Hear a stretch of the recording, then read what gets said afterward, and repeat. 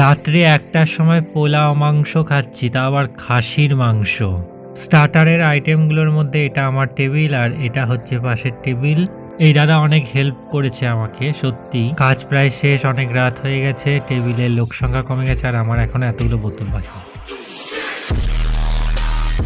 Hello friend, আমি অঙ্কুশ চলে এসেছি আজকে আবার একটা নতুন ব্লগ নিয়ে। আজকে একটা অন্য রকমের ব্লগ, অন্য রকমের এক্সপিরিয়েন্স আর কি আমার।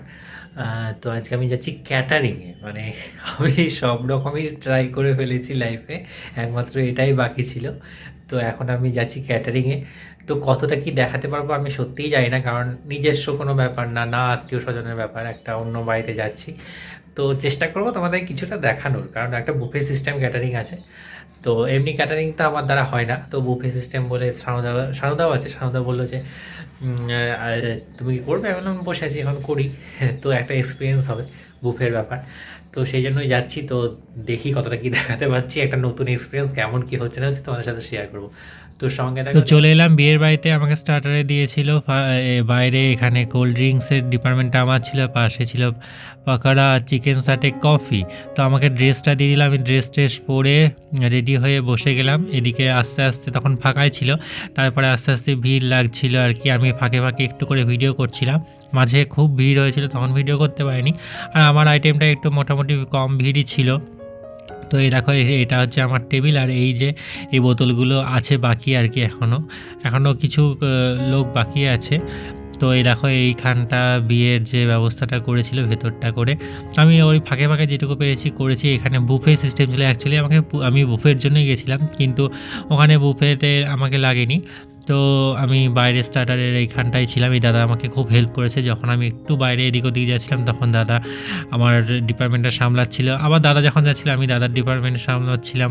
তো এই ভেতরটায় বিয়ের ব্যবস্থাটা করেছিল, ওখানটা প্যান্ডেল করে দিয়ে। আর এই দেখো, এখানে সব ছবি টবি তোলা হয়ে গেছে, অনেক রাত হয়ে গেছে, এখন সমস্ত অতিথি খেয়ে চলে গেছে। তো আমাদের ড্রেস ফ্রেস ছেড়ে ফেলেছি, আমরা এবার খেয়ে দিয়ে বাড়ি যাবো। প্রায় 1টার কাছাকাছি বাজে, পুরো ফাঁকা হয়ে গেছে সব, অনেকটাই রাত হয়ে গেছে, প্রায় 1টা 1:30টার কাছাকাছি। তো তখন আমরা বসে পড়েছিলাম খাওয়ার জন্য, এবং ফার্স্টেই খেলাম হচ্ছে ভাতের সাথে পাবদা মাছের ঝাল।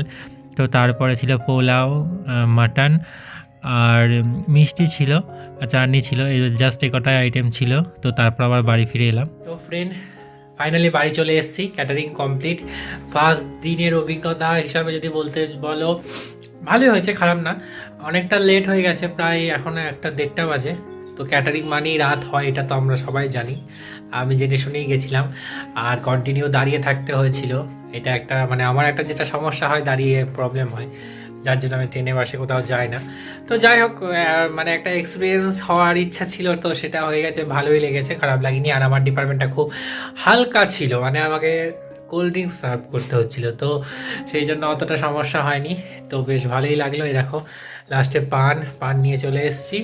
আর আইটেমে একটা পানির পাসিন্দা, তারপরে খাসির মাংস, পোলাও, পাবদা, তারপরে মিষ্টি ছিল, আরও বাকি অনেক আইটেম ছিল। তার মধ্যে আমাদের জন্য আমরা যে কটা লাস্ট বেঁচে বসেছি এই কটা জিনিসে পেয়েছি। তো যাই হোক, খুব ভালো হয়েছে, এক্সপিরিয়েন্সটাও খুব ভালো হলো। একটা ক্যাটারিংয়ের এক্সপিরিয়েন্সটা আমার বাকি ছিল, ওটা হয়ে গেল। আর অনেক রাতে বাড়ি এলাম, অনেকটাই রাত, যেখানে আমি মোটামুটি একদিন 8টাতেও ঘুমিয়ে পড়ি। তো এখানে আমার আজকে অনেক রাত হয়ে গেছে। তারপরে তোমার কালকে আমার শ্যুট আছে, 7টার সময় উঠতে হবে। কী করে উঠতে পারবো আমি জানি না, কালকে শ্যুটটাই যে কী হবে। তারপরে দিন আমাকে 5টার সময় উঠতে হবে, কারণ কলকাতায় যাব, একটা ডিভোশনাল চ্যানেলের শ্যুট আছে। তো বিশাল চাপে আছি। তো যাই হোক, আজকের মতো টাটা, আমার নেক্সট ব্লগে দেখা হচ্ছে। তো তোমাদের কেমন লাগলো অবশ্যই বলো।